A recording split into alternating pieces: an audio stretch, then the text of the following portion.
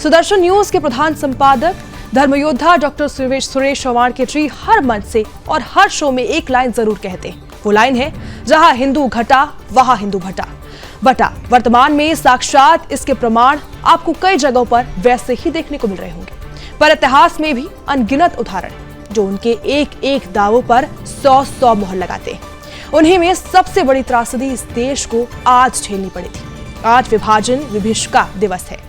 आज ही के दिन हमारे पुराने तुष्टीकरण में हम डूबे सेक्युलरिज्म में सने और साथ ही अदूरदर्शी लोगों के कारण हम हमारे भारत माता के टुकड़े देखने को मजबूर हो गए थे। 14 अगस्त 1947 का दिन, इस दिन हमारे देश ने विभाजन की विभीषिका देखी। आज ही के दिन धर्म के आधार पर भारत और पाकिस्तान का विभाजन हुआ। पंजाब, बंगाल और सिंध जैसे प्रांतों को अलग किया गया। 1947 में भारत के विभाजन के समय हिंदू और सिख समुदाय पर बड़ी त्रासदी आई। लाखों लोग अपनी मातृभूमि छोड़कर पलायन करने पर मजबूर हुए। हजारों लोग अपने परिवारों और घरों से बिछड़ गए। महिलाओं के साथ अत्याचार हुआ और अनेक मासूमों की हत्या हुई। अब एक ऐसी ये जो विभीषिका थी जिसने भारतीय इतिहास में अमिट दर्द और साथ ही पीड़ा छोड़ दी थी। बात यहीं पर खत्म नहीं हो जाती। अगर खत्म हो जाती तो भी एक बार मान जाते, लेकिन मन महसूस कर रहा था कि पर इसके बाद जो कुछ भी हुआ वो भय से ज्यादा भयानक था। ट्रेनों में भरे भरे सिख और साथ ही हिंदुओं की लाशें आई। अल्लाहू अकबर और साथ ही नारे तकबीर बोलकर मुपला और साथ ही नोवाखाली जैसे मुस्लिम बहुल इलाकों में हिंदू विहीन कर दिए गए। फिर भी वो ना माने और उन्हीं जिहादी साजिश जो है वो आज भी जो की त्यों जारी है।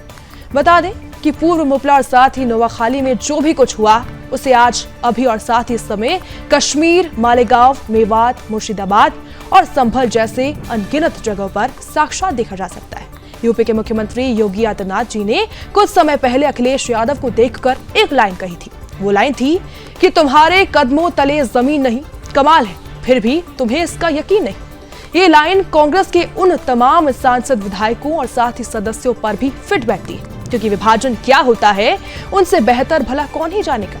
बावजूद इसके आज भी कन्याकुमारी से लेकर कश्मीर तक और गुजरात से लेकर गुवाहाटी तक वो जिन्नावादी ताकतों को समर्थन देने के लिए सबसे पहली लाइन में खड़े होते हैं। यही तुष्टीकरण की राजनीति आगे चलकर कई गद्दारों को गसवाए हिंद के सपने देखने का दुस्साहस देती है।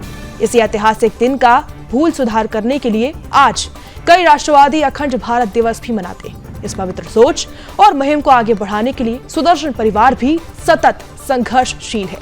धर्मयोद्धा डॉक्टर सुरेश चव्हाण जी निर्भीकता से सभी मंचों से भारत को हिंदू राष्ट्र बताते हैं और सदा इस पहचान को बरकरार रखने की शपथ भी दिलाते हैं।